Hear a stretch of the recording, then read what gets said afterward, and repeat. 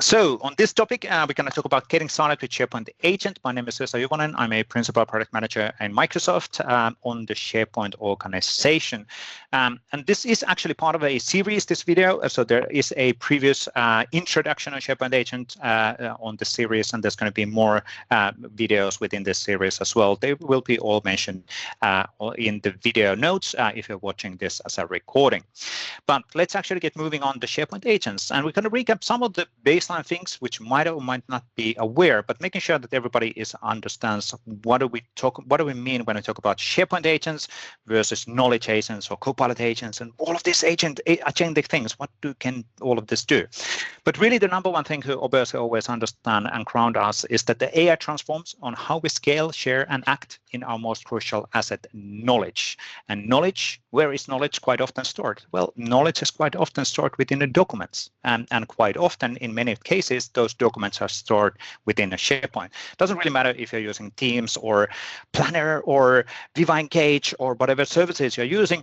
The documents which you put on those services are actually stored in SharePoint, and with SharePoint agents or within SharePoint, you can create SharePoint agents within the matter of minutes or within matter of clicks, actually, if we see like we see today, and we'll move a bit more longer on that journey as well. But SharePoint agents is definitely the easiest way to create a custom agents in the Microsoft ecosystem. And you can get insights from your files within a few clicks. And seriously, this is a matter of seconds. And the reason why it's a matter of seconds is that all of that information in the documents, it's already indexed by the LLM. So the LLM or Copilot is aware of all of the information, the relative things on the algorithm on finding the relevant information for you within the document when you're asking those questions. All of that already exists. Now, as we created SharePoint agent, we do not actually do any additional things than creating the instance of a SharePoint agent, the definition, how it should be behaving, and what files do we actually associate to within this agent, and we're able to start asking questions from the Copilot around those files. So we're going to ground all of the answers then directly on the information which is coming from those files, which we used as the source file. Now, the good thing about SharePoint agents also is that when you create SharePoint agents, the files do remain in SharePoint. Why is that important? Because of permissions.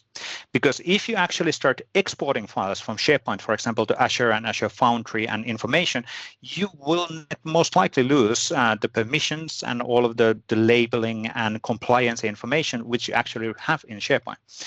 So it is actually more safer from a security perspective to create SharePoint agents than actually start exporting files, obviously, outside of the SharePoint. And it gets really complicated super fast. So SharePoint agents, definitely the easiest way to do that. Now, there are obviously different ways of doing this. You can configure Copilot Studio to use SharePoint as the knowledge source, but it gets a bit more complicated than SharePoint agents. And if we think about the spectrum of different agent options, how we can extend the Microsoft 365 Copilot by creating an agent. We have the SharePoint agents in the no-code section. Now, technically, Copilot Studio has the Copilot Lite option, which is definitely low-code option as well, or no-code option, because you're basically configuring in a UX level on your agent behavior. But then you can use Copilot Studio to create much more complicated low-code and pro-code scenarios. So you could actually see that Copilot Studio being really a spectrum of no-code, low-code, and pro-code and toolkit and Azure Foundry and all of that within the pro-code options to create those things. Today, we're going to focus on SharePoint agents and SharePoint behavior and updates on that side. And in that context, it is actually good to understand that we have changed a bit the behavior here. Now, when we rolled out the SharePoint agents, we had a thing in the SharePoint side which was called a default agent. Every single SharePoint site had an agent. That agent has been a bit now changed, and the name has changed to be a knowledge agent. And knowledge agents has been evolved from the default agent as well. So knowledge agents is something which is AI-ready content or AI agent directly within every single SharePoint site, and it helps you there in the contextual way to achieve your task. And what I mean with that one is that the knowledge agent actually adapts its behavior on different options. If you're looking in pages, it will show different options. If you're looking in lists or libraries, it will show different options as well. But you can kind of think through this knowledge agent as an evolution of the default agent, which used to be scoped available in every single SharePoint site. Now it has much more skills and it's much more capable of doing certain things as well. We're going to quickly look on that one today as well, but we're going to mainly focus on the SharePoint custom agents. So the SharePoint custom agents are the ones which we can create within just by selecting the folders and the files which we want to create an agent on. And we are able to easily share that within Microsoft 365 in Copilot or in Teams chat, in a mobile, all of that stuff for anybody to benefit and anybody to easily access. And they are secure. The key point to understand, again, I kind of talked about it in the introduction section, the default, all of the permissions and sensitivity settings are actually kept intact when you use SharePoint agents, because again, the SharePoint files are stored in SharePoint, and SharePoint is under the SharePoint permissions and sensitivity settings, and labeling, all of that remains intact. So you don't have to worry about exporting things or managing permission management or anything like that. No. You can only see information from those files where the user has permissions to access to. You will not get information from other files when you create a SharePoint custom agent. Now, how do we create those agents? Obviously, we talked about it's pretty logical. You just select the files and folders, and then we basically create an agent by clicking a button. It depends a bit on, this is a mock-up picture, so it's not quite like that right now in the product, but it is a bit older picture. But you select the files and we create an agent, and we're going to do that together. So we're basically selecting the individual files, folders, whatever we want to do. You can actually tag into multiple site collections as well, multiple document libraries and multiple site collections or within a site. So there's a lot of flexibility when we're creating the site. And then we kind of customize the agent behavior. And customizing the agent behavior and the brand basically means that we're giving a picture for the agent. And then we configure the potential SharePoint sources, and then we provide we start the prompts, which are really good to have be there so that the end user knows, okay, what would this agent actually give me? So like in this case, it says, what are the latest product manuals for DX100? But it's a great indication for end user that, oh, wait a minute, so these are kind of the questions I can ask, and then, okay, now I know the things what I can actually start asking from this agent. But then the most important thing when you're creating a SharePoint agent is also thinking through the instructions for an agent. And this actually applies, it doesn't matter where you're creating agents or when you're working with LLM, the super important thing is always the instructions. And this is technically the same as system prompt. So how would that agent or LLM instance, however it's called within environments, in our case, we talk about the instructions for agents and it's an agent, how would that instance should be behaving? What is the role? What are we expecting? What is the task? And what is the tone, how it should be behaving? And we're going to see that one practiced today as well. So let's jump directly into UX and let's have a look on how all of this works in practice. I'm going to move in this window in here, and we actually start from this folder. So first of all, let me go back on the front page of the site. It is a imaginary solar panel company. We obviously have here the knowledge agent is floating around. I can access the knowledge agent. I can just summarize this page. I can ask the information about the site because again, knowledge agent's instance always grounds on the every single site within every single files within the site or the information about that site. So it's kind of the default agent as we talked about. Now, or you can ask about the page. You can do other things as well, or you could doing things like improving this site in an agentic way from the knowledge agent. And these sections, contextual actions, which are in here, depends on where you are. So if you're in a document library, it shows a different actions. Now, today we're not going to deep dive on knowledge agents. We do have a separate demos on that one. Again, we're going to focus on custom agents. So how do we create a custom agent? There's a few ways of doing that. So I can actually start directly from the new window. I can start the creation from here, but it might get a bit complicated because then I need to include the source files from a URL perspective or start adjusting things. Maybe the easiest way to do this is actually going to the document library. So let me go to site contents. Let me then go to shared documents or documents. Yes, and in here we can see, for example, a few documents which I have. So a classic demo set of things, product specifications. We do have a different set of product specifications in PPTX and PDF and docx formats. Obviously, all of those formats and many other formats are supported by the indexing engine. And now I can quite simply come to the documents, and I can see product specification is the one what I want to create an agent on. I will have a create an agent button directly in the toolbar, or I can actually select that from somewhere else as well, but it's the easiest way to do it there. So now it's basically saying already with the one click, it's saying the agent is ready. That's pretty impressive. That is now a Copilot agent, which is available for you to use. And you can start asking questions about those documents. So let's actually have a look on that. So let me open the agent first. And let's see how that actually works. So I'm going to open the agent, and I'm going to say, let's have a look on the agent a bit. So it basically created an agent with the image of the site, and then it provided us a baseline setup of prompts. So we can ask something like, how can I help you? But these are not really super useful. The cool thing about this one still is that if I zoom in a bit, let me go in here. Can you tell me about the suitable houses on a 200 series products? It's already indexed, or all of the information, again, which is in the source files, is something which is aware, and it's able to start answering directly to information with the reference point to the files as well, because I have access again on those files. So we're going to see the file answer in any second now. 1, 2, 3, 4. And we're going to speed up this in video. No, we're not going to speed up this in video, but we're going to get the information here in a second, and then we're going to start modifying a bit this agent to make it more usable and approachable. Oop, that wasn't what I was planning to click. Usable for the end users. Dear agent, answer me.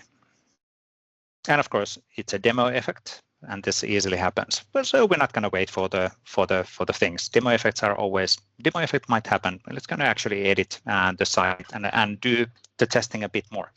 Now, what I'm going to do here, I'm going to give it a persona. I'm going to say you are product specialist, and basically solar panel product specialist. There's the list. There we go. I'm going to quickly change the URL.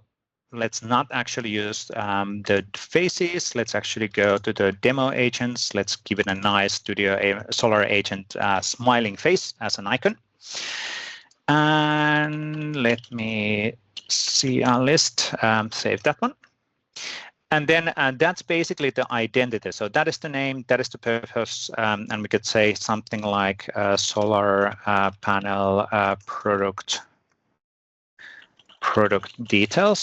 So it's working properly. There we go. Now we can, by the way, finally see the answer is coming up on the right side. If you didn't notice, that's happening there.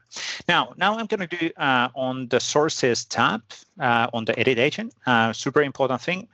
Basically, this means that what are the documents where the answer will be grounded on. So what are the source files which the agent is answering from? And in our case, we created this just by selecting the product specification folder. We can absolutely add additional items here as well. Up to 20 sources can be chosen for each agent, and I can also move cross-site collections. So I can add a multiple site collections and files from multiple site collections to a single agent. And that's 20 sources, that's not 20 files. The product specification in here is one of the 20 sources. So you can have 20, for example, folders or 20 other sites where you're going to start looking into the content. Then we're going to go to the behavior. This is where it's actually where we're adjusting the default behavior in here. So that's always the live preview on the right side. So I'm able to have a discussion with it. And that's fine. The intro is all good, but I'm going to actually update this a bit. So for end users, it's always good to have a descriptive prompts and starter prompts so that the end user understands what are the things and kind of things I can ask about this agent. So something like put a differences between monocrystallized, polycrystallized in a table for me. That's a pretty complex prompt, but let's see that if that works properly in a second. I can also then modify the agent instruction. This is really one of the key things to focus on. And in our case, we're going to a bit adjust that. So we're going to do the good practice. So we're going to give it a role, and we're going to give it a task as well. So you are a technical expert on solar panel products. Be consent, direct, friendly, and professional. This is your task. Please provide rules and only the information in source files. This includes technical language and formatting, verify terminology use. So basically, we're giving it role, task, and rules how to behave. So we're being kind of structural on that guidance. So that's all good now. So now we can actually test it. So let's see how it actually works. If I ask about monocrystalline and polycrystalline directly in here, it should be now a bit faster automatically, when hopefully it doesn't actually take that long as it took for the initial demo, but it should be definitely faster than on the previous side. Done. And it's analyzing file, and here we go. Here's a clear comparison, and it's actually drawing now the table directly in output, and I can easily access the information. And that is actually really, really, really useful, because I can now easily save this, and I can actually take this agent and share this agent with other people super easily and modify its behavior, or share it with other people, and they can actually use it within their discussions using any device, and they can adjust if needed, but of course, more importantly, they can access the information behind of the agent within a matter of few clicks. Also, we can see where it actually captures the information and source files, all of that also works here as well.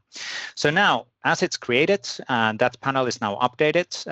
We have the starter prompts available. I can start asking questions, and we can see that it's working like we configure that. And of course, it's able to now give me the FAQ on a solar panel array. We could ask any other questions on it as well, which is definitely a cool thing.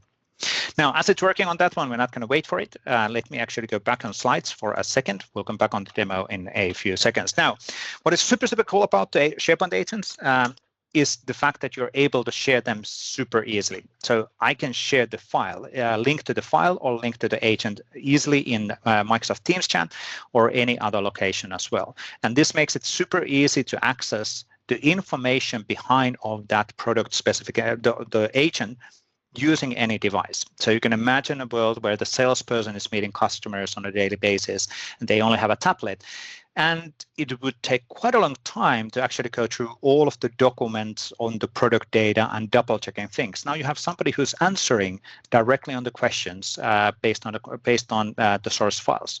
So then the salesperson can just ask questions and you get answers directly from source files within Teams or within Microsoft 365 Copilot.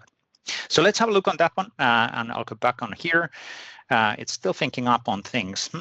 It is a bit slow today. I don't know why that is, but let me actually close that one, and that's fine. Let me go back on Solar site, and let me actually then go to the M365 Copilot. I actually have it open already as a tab, but I will open it from here, so it's refreshing the page, just avoiding any caching issue. And the cool thing about our agent is that the agent will be automatically visible and available in here as well. So all of the agents, sooner or later, there's small caching on the image especially and updates, but are also listed directly in Copilot. So the SharePoint agents are definitely available in Microsoft 365 Copilot chat directly, which means that I can actually go to the agent, or I can go to the different options which are available, and I can start asking questions, and we can see different prompts and configurations available depending on your original configuration within the SharePoint agent, which is super, super cool. And of course, the same behavior works here because the source files are coming from SharePoint. I can ask the same questions, and the outcome will look exactly the same as within the SharePoint UX. Now, what's super, super cool is also the SharePoint test panel, by the way. Now, here we go. Is the fact that we're able to share this super, super easily. So let me open up an agent panel and open agents. And because I've created quite a few agents on the site, I can see those agents directly from this dropdown. In the knowledge agent, there's this dropdown. We can see that solar panel product specialist here waiting, but with the beautiful GIF animation, I can select that one. Now we are in that agent, and I can then do 3 dots, and we can actually see copy link for Teams. And this is incredibly cool, because now what I can do is get the link. There we go. Come link and edit, and I can go to the Teams. I can have a discussion, for example, with Megan and say, let's actually get that storage solar panel specialist agent in the chat. I'm going to actually include that in here. I'm going to just get the link, and then I'm going to say add to this chat. And now I'm having a discussion with Megan, who's apparently now offline. He's actually in one of my other windows. It's fine.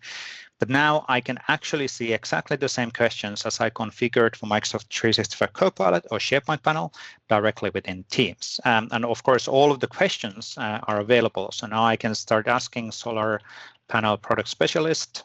Oop, not there. I'm clicking the wrong button. Here we go. What's the best size of a house for a 200 series panel? And it basically is able to understand my question, and it goes back on the source files, and it's actually answering based on the source file material directly within the chat. And again, I can use Teams. I can on any device. This time we're using desktop, but of course it works in any mobile or any other connection as well. Now the product specialist is thinking a while. Whatever reason, it's not super fast today, but it's actually giving me the answer pretty soon here. Now, one thing what I wanted to do here, this is only going to take 1 more minute. I'm going to go back on my slides and just call out all of these things and SharePoint agents. They are just like any other files. So what it means is that it's a .NET agent file. You can share that, you can store that, you can copy, delete, and archive those files as well. But the agent file is just a definition of the agent. The source file is the one where the information is coming. So the agent file doesn't contain the content. It doesn't contain the indexed material. But super important, again, understand the agent file inherits security and sensitivity settings, and the source file, because again, source files are in SharePoint, are inheriting those as well. We also are double checking all of these permissions, which is incredibly cool as well. What it means is that if the target audience in the Teams does not have the right permissions, the agent is actually asking permissions to share the information. And what I wanted to do quickly is to show you that if I go back in Teams, you're still thinking, I don't know why you're so slow today, but that's fine. I know that Bert is not actually, Bert doesn't have access on that source site. So we're going to test this with Bert on the source material. So I'm going to add the solar panel product specialist in here. And there's the panels.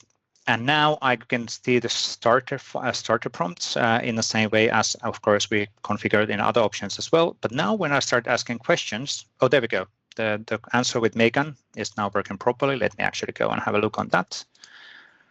Dun, dun, dun. Okay, so that was a wrong kind of a question on the things.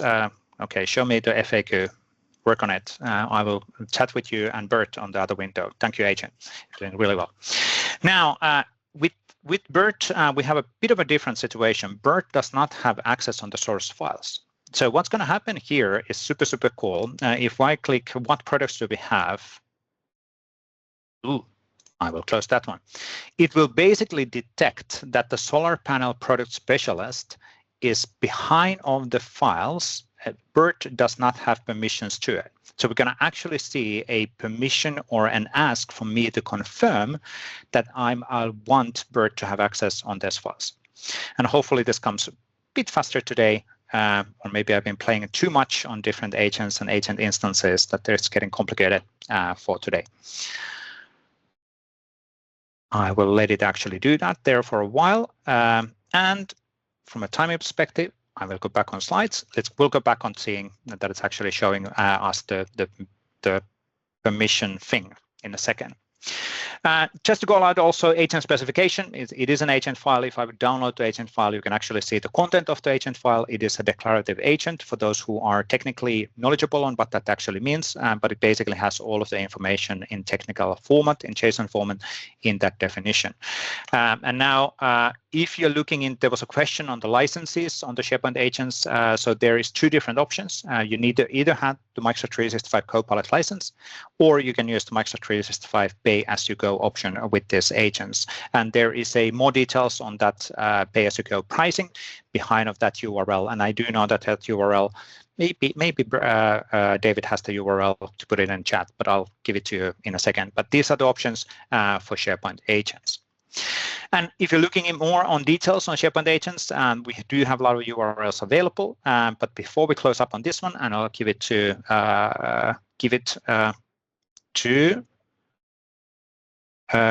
back to Paula. I wanted to double check that everything is working properly. And it seems to be that I need to double check that Bert doesn't have access on the information, because I guess he does. I screwed up the demo, which is not quite optimal. But you definitely understand how I can actually expose the information and also see the information in Teams. Also, the SharePoint agents are available in the Microsoft 365 Copilot. And of course, the same information is available here as well. And it is aware of those permissions of the source files. We will definitely need to look on a bit more structural demo on that one for next time within this series. But I'll follow up on any questions on the chat during Paula's demo, and I will pass it to Paula.